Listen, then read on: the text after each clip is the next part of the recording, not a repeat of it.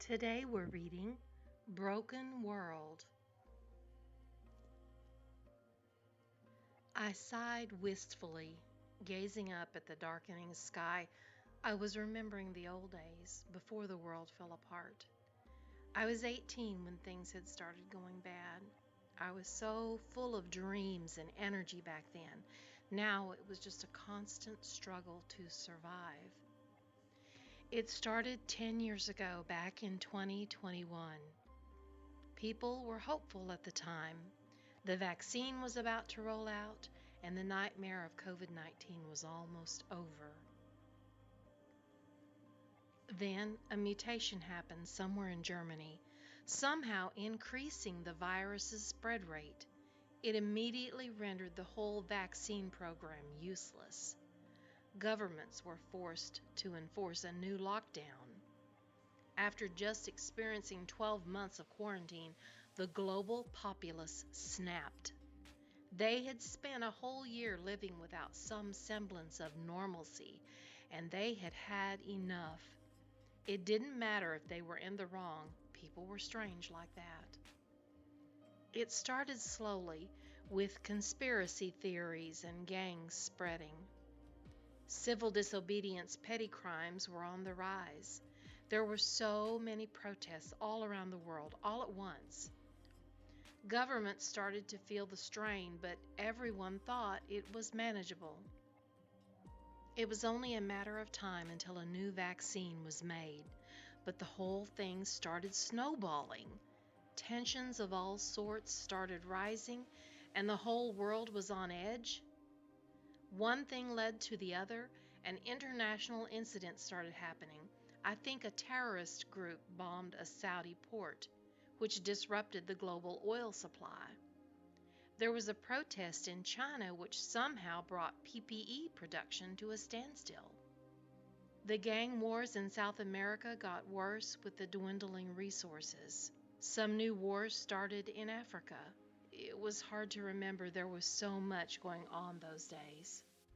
With the virus still spreading uncontrollably and the economy rapidly declining, the global market crashed hard. We still tried to maintain some semblance of normalcy, but it was getting more and more difficult. With all the violence in the cities, people started moving into the countryside. Communication slowly died out. I still don't understand what really happened. Why didn't anyone step in?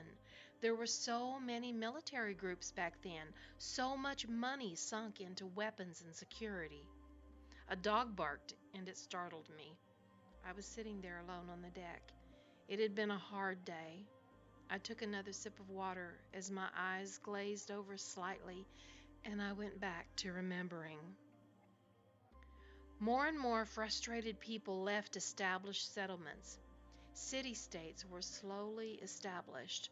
The dwindling resources meant there was little trust, and raids and attacks were becoming all too common.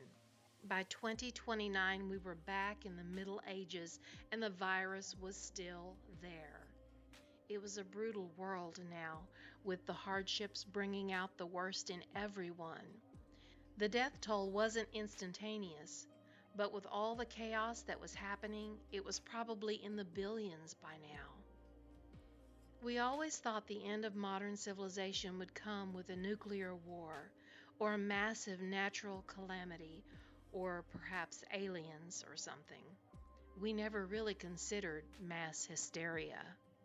When the world fell apart, the supply chains had been shattered, and most people settled in small areas, relying on barter to get things they couldn't make. It was easy enough to grow food and get clothes, but specialized equipment was hard to get by. Some companies took over territories, transforming the areas into serfdoms and forcing the people on the land to work. There was no shortage of dictators and overlords these days. There were a couple of groups that wanted to conglomerate, though. I heard remnants of the U.S. military were trying to get the continent back together. We had moved out of the city in 2024. The tensions had gotten unbearable and it just wasn't safe. My parents sold almost everything we owned, and we moved out to some land we owned a couple of kilometers from Dad's hometown. Things were real hard for a month or so while we tried to get the place running. We got some animals from the town nearby, started a small crop farm. We built a water reservoir. Dad traded our car off for a set of solar panels, an underground water pump, and a filtration system. We had a nice independent setup. Managing security was sort of hard. Me and my brother took turns, each keeping watch on an alternate night. Mom and Dad got older a lot quicker since we didn't really have access to proper medical facilities. There was a doctor in the town nearby, but he wasn't good, and the risk of going there wasn't worth his services. When our country fractured in 2026, we were far enough from population centers that we survived the chaos relatively unscathed.